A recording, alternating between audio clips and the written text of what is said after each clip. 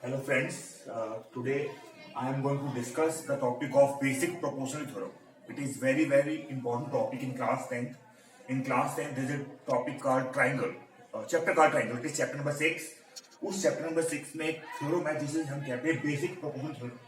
It is very important from exam point of view. ये board में पिछले 10 साल में 6 या 7 बार पूछी गई है. तो आपको ये क्या चीज है और इसमें इसका प्रूफ कैसे करते हैं, आज का जो मेरा टॉपिक है, आज का जो मेरा लेक्चर है उसके ऊपर बेस्ड है. आई होप आपको you are very aware of my videos. ये मेरा वीडियो आज इसके ऊपर बेस्ड है. तो मेरा टॉपिक अब मैं आप स्टार्ट कर रहा हूँ. बेसिक इसकी सबसे पहले थ्योरम क्या है. सो ये एक्चुअली जो थ्योरम है बेसिकली ट्राइंगल में है. So this suppose ABC is a triangle and suppose these are three sides AB, AC and BC. Suppose in this triangle, suppose if we draw a line parallel to one side, suppose if we draw a line AB, suppose we draw a line L parallel to AB, BC. If in this triangle we are given a line parallel to BC, then this statement says that it divides the other two sides in the same ratio. What does it mean? Suppose अगर हमने एक line बनाई L जो BC के parallel है, तो ये line L जो है ये AB और AC को बराबर रेशियो में बांटेगी. इसका मतलब ये है कि अगर कोई लाइन ये L है तो ये जितना पोर्शन ये AB अपॉन DB होगा इनका रेशियो, उतना ही रेशियो ये AE अपॉन AC भी होगा. तो ये हमें शो करना है. हमें गिवन ये है कि लाइन जो L जो है ये BC के पैरेलल है, बस और कुछ नहीं गिवन. और हमें शो क्या करना है, हमें शो करना है AD upon DB is equal to AE upon EC. तो ये मैंने जो लिखा पहले उसकी स्टेटमेंट, यही स्टेटमेंट पहले आपको पता, कभी कभी बोर्ड में स्टेटमेंट पूछे थे एक नंबर में कि स्टेट बेसिक प्रोपोर्शनल थ्योरम. इसका एक और नाम भी है जो है थेल्स थ्योरम, जिसको इसलिए कहते हैं क्योंकि एक साइंटिस्ट था, फ्रेंच साइंटिस्ट, उसने डिस्कवर की, तो उसको हम थेल्स थ्योरम भी कहते हैं. यहां मैं लिख देता हूं साइड में थेल्स थ्योरम.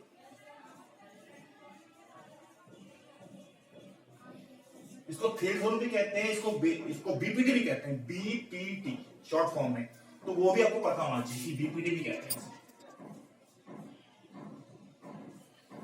इसकी स्टेटमेंट है in a triangle if a line is drawn parallel to one side of a triangle then it divides the other two sides in the same ratio. मतलब अगर एक लाइन है जो एक side के parallel है तो ये जो बाकी दोनों साइड है वो सेम रेशियो में डिवाइड होगी. तो इसको प्रूफ कैसे करते हैं, इसके प्रूफ करने के लिए हमें कंस्ट्रक्शन करनी पड़ेगी.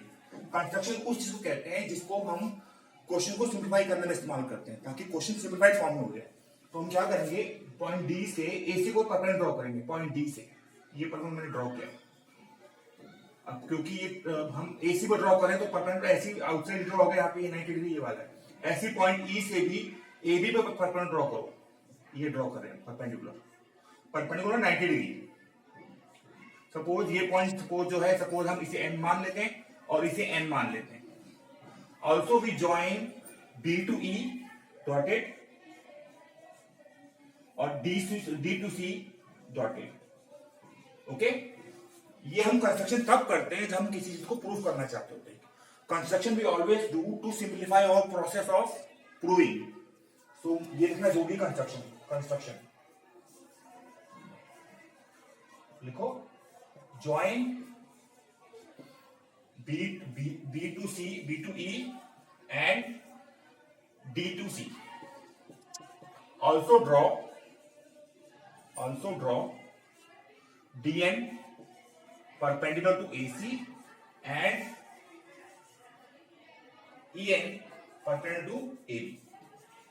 अब आपको मालूम होगा कि एरिया ऑफ ट्रायंगल का फॉर्मूला क्या होता है. एरिया ऑफ ट्रायंगल का फॉर्मूला होता है half into base into height. तो ये वाला एक ट्रायंगल है, इसमें ये वाला बेस है और क्योंकि ये परपेंडिकुलर में ड्रॉ किया है तो इसका ट्रायंगल एरिया ऑफ ट्रायंगल हो जाएगा एरिया ऑफ हाफ बेस, ये AB होगा और अल्टीट्यूड होगा EN. पहले लिखो, इसका प्रूफ मैं आपको करा रहा हूं. लिखो area of triangle is equal to area of any triangle is half into base into height. तो मैं क्या करने वाला हूं, मैं इस एरिया ऑफ ट्रायंगल ADE और एरिया ऑफ ट्रायंगल BDE दोनों का रेशियो फाइंड करने वाला हूं. लिखेंगे area triangle ADE upon area triangle BDE is equal to half into base क्या दिया हुआ है AD और हाइट क्या है EN. Half into AD into EN. ये तो ऊपर वाले ट्रायंगल के एरिया है. ऐसी नीचे वाला ट्रायंगल जो है ऑब्ट्यूज एंगल ट्रायंगल है. ऑब्ट्यूज एंगल ट्रायंगल में जो परपेंडिकुलर होता है बाहर गिरता है उसके, तो वो भी EN ही होगा, लेकिन बेस ये DB होगा. Half into DB into EN. तो हम क्या करेंगे, हाफ से हाफ काट देंगे और EN से EN काट देंगे. तो ये आगे AD upon DB, AD upon DB, इसको इक्वेशन नंबर 1 मान लेंगे। Similarly, we will find the area of ADE and DEC, right? Also area triangle ADE upon area triangle DEC is equal to half। अब इस वाले triangle में ये वाला base है, हाइट ये वाली है, तो half into AE into DM upon half into इस वाले ट्रायंगल के लिए बेस जो है, क्योंकि ऑब्ट्यूज एंगल ट्रायंगल है तो उसका परपेंडिकुलर बाहर गिरेगा, तो ये DM उसके लिए परपेंडिकुलर है और बेस ये EC रहेगा, तो हाफ EC इंटू DM। ठीक है, अभी हाफ से हाफ काट दीजिए, DM से DM काट दीजिए, तो ये हो जाएगा AE अपॉन EC। अब देखो आप, जो हमें शो क्या करना है, हमें शो करना है AD upon DB is equal to AE upon EC। ये AD अपॉन DB है, ये AE अपॉन EC है, तो दोनों राइट साइड बराबर तभी होंगे जब दोनों लेफ्ट साइड के आपस में बराबर होने चाहिए। लेकिन लेफ्ट साइड में ऊपर वाला हिस्सा तो बराबर है AD, लेकिन ये BD और DEC बराबर नहीं है, तो ये भी बराबर क्या होंगे मैं बताता हूं आपको। BD देखो, ये BD ये वाला ट्रायंगल है, और DEC कौन सा ट्रायंगल है, DEC वो ये वाला ट्रायंगल है। दोनों ट्रायंगल जो है ये वाले, ये एक ही बेस के ऊपर है, DE के ऊपर, और दोनों पैरेलल में है, इसी पैरेलल, क्योंकि ये लाइन इसके पैरेलल गिवन है, तो ये जो कंडीशन है जो पैरेलल गिवन है यहाँ पे यूज हो रही है कि ये लाइन जब इसकी पैरेलल है और दोनों एक ही बेस के ऊपर है, तो आपने 9th तक स्टेटमेंट पढ़ी होगी, triangles on the same base and between same parallels have equal area. तो इसकी वजह से ये वाला एरिया जो नीचे वाला है वो इस नीचे वाले एरिया के इक्वल होगा। लिखोगे also we know area triangle BD is equal to area triangle DEC। इसका रीजन लिखेंगे, triangles on the same base and between same parallels are equal in area.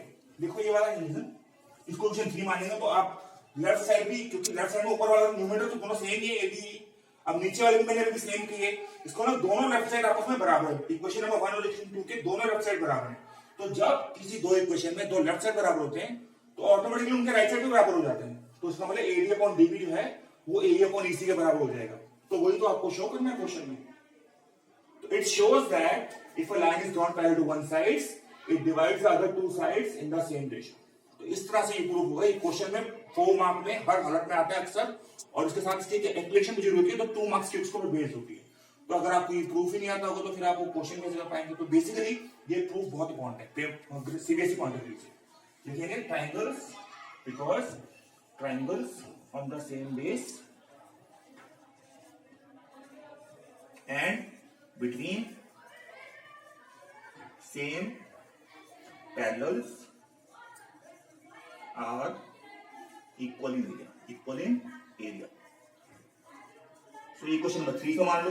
लिखेंगे from equations 1, 2 and 3 we can clearly say AD upon DB is equal to AE upon EC। यही तो आपको show करना है।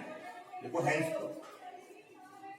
सो I hope आपको मेरा ये proof समझ में आया होगा, क्योंकि ये प्रूफ अक्सर पेपर में बोर्ड में पूछा जाता है, जो 4 मार्क में आता है। अगर आपको ये प्रूफ नहीं समझ में आया किसी जगह से तो प्लीज आप उसे मैसेज में कमेंट कर सकते हो, और अगर आपको अच्छा लगा है तो प्लीज इसको सब्सक्राइब कीजिए इस वीडियो को, मेरे वीडियो को, ताकि जब मैं आगे वीडियो और पोस्ट करूं तो आपको वो ऑटोमेटिकली उसकी नोटिफिकेशन आपके मोबाइल में आए और आपको मेरे नए वीडियोस मिलते रहे। आई होप आपने मेरे वीडियो आपको पसंद आएगा, और अगर नहीं पसंद आएगा तो प्लीज वो भी मेंशन कीजिए कि क्यों नहीं पसंद आया, ताकि मैं अगले वीडियो में उसे सुधार कर सकूं। So till then we will next time. I hope you will have a good time. Have a nice day. Bye.